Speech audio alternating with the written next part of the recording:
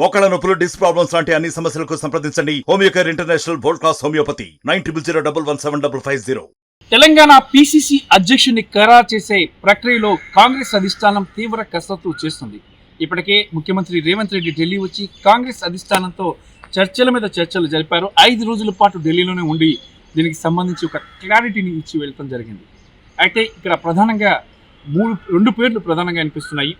ఇక PCC working president Mahesh Kumar Goud, 2 PCC campaigning committee chairman Madhu Yaskhi Goud, ఈ ఇద్దరు పేర్లు వినిపిస్తున్నాయి. మరి మనతో ఇప్పుడు ప్రజెంట్ మహేష్ కుమార్ గౌడ్ ఉన్నారు, పిసిసి వర్కింగ్ ప్రెసిడెంట్. ఆయన అడుగుదాం. అంచెలంచెలుగా ఎదిగి ఈరోజు వర్కింగ్ ప్రెసిడెంట్గా ఉన్నారు. రాష్ట్ర రాజకీయాలపై మంచి పట్టున నేత మహేష్ కుమార్ గౌడ్.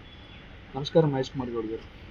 పిసిసి అధ్యక్ష పదవికి సంబంధించి కాంగ్రెస్ అధిష్టానం కసరత్తు చేస్తుంది, మీ పేరు ఆ రేస్లో ఉంది, ఏమంటారు? చాలా పేర్లు రేస్లో ఉన్నాయి. ఉన్న వాళ్ళందరూ కూడా నిజంగా కూడా సమర్థులు, పిసిసి సమర్థులు నడపాల్సినటువంటి శక్తి ఉన్నవారు. ఏదైనా తెలంగాణ రాష్ట్రం విషయానికి వచ్చినప్పుడు సమీకరణలు, ప్రాంతీయ సమీకరణలు, కుల సమీకరణలు ఇవన్నీ కూడా పరిగణలోకి తీసుకోవాల్సిన అవసరం ఉంటుంది. హైకమాండ్ కూడా దీని మీద తీవ్రమైనటువంటి ఎక్సర్సైజ్ చేస్తూ ఉంది. అందరిలాగే నేను కూడా పిసిసి అధ్యక్షుడు ఆశిస్తూ ఉన్నాను. బట్ తుది నిర్ణయం హైకమాండ్ ఏది తీసుకుంటే అదే శిరోధార్యం. ఇవాళ రేవంత్ రెడ్డి గారు పిసిసి అధ్యక్షుడు ఈ 7th 3 సంవత్సరాలు పూర్తవుతారు. వారు ముఖ్యమంత్రిగా బాధ్యత నిర్వహిస్తూ ఉన్నారు. ఫుల్ టైం ముఖ్యమంత్రిగా బాధ్యత నిర్వహించాలి కాబట్టి పిసిసి అధ్యక్షుని పదవి వేరే వాళ్ళకి ఇవ్వాలని వారు హైకమాండ్ విజ్ఞప్తి చేయడం జరిగింది. ఆ ధర్మిల అధిష్టానం కొంత దీని మీద కసరత్తు చేస్తున్నటువంటి పరిస్థితి. వీలైన త్వరలో కొత్త పిసిసిని ప్రకటించే అవకాశం ఉంది. అన్ని సమీకరణల్ని పరిగణన తీసుకొని మరి ఎవరిని పిసిసి అధ్యక్షుడు చేసినా పార్టీ బాగు కోసం అందరం కలిసి పనిచేయాల్సిన అవసరం ఉంది. రాష్ట్ర ముఖ్యమంత్రి రేవంత్ రెడ్డి గారు మీ పేరుని ప్రధానంగా ప్రతిపాదించారనే చర్చ పార్టీ వర్గాల్లో నడుస్తుంది. రేవంత్ రెడ్డి గారు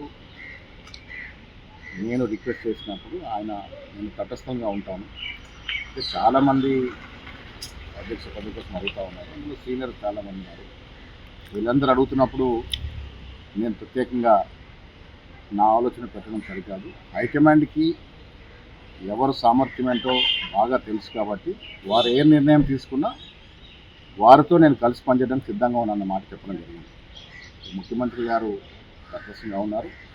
ఏఎస్ ఇన్ఛార్జ్ కానీ, కేసీ వేణుగోపాల్ కానీ, రాహుల్ గాంధీ గారు కానీ, మల్లికార్జున ఖర్గే గారు, వీళ్ళందరూ కూడా రాష్ట్రంలో ఉన్నటువంటి సీనియర్ నాయకుల విషయాలు అన్నీ కూడా తెలుసు వారికి.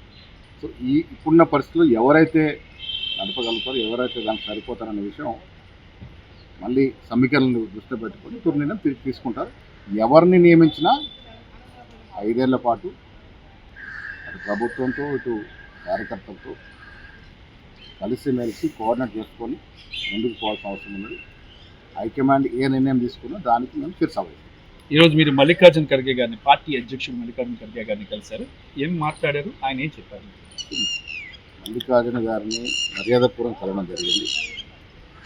ఆయన తెలంగాణలో జరుగుతున్నటువంటి కార్యక్రమాల గురించి ఆరాధించినారు. రాజకీయాల గురించి మాట్లాడలేదు. నేను కూడా రాజకీయాల్లో ప్రస్తావన తీసుకురాలేదు, ఎందుకంటే అన్నీ వారికి తెలుసు కాబట్టి దాని గురించి ప్రత్యేకంగా మాట్లాడుకోవాల్సిన లేదనుకున్నాను. రాష్ట్ర పరిస్థితులు 6 గ్యారెంటీల గురించి వారు ఆరాధించారు, వాటి గురించి చెప్పండి. మరిన్ని వీడియోస్ కోసం ఛానల్ ని సబ్స్క్రైబ్ చేయండి, లేటెస్ట్ అప్డేట్స్ కోసం వాట్సాప్ ఛానల్ ని ఫాలో చేయండి, అండ్ లింక్ డిస్క్రిప్షన్ లో ఉంది.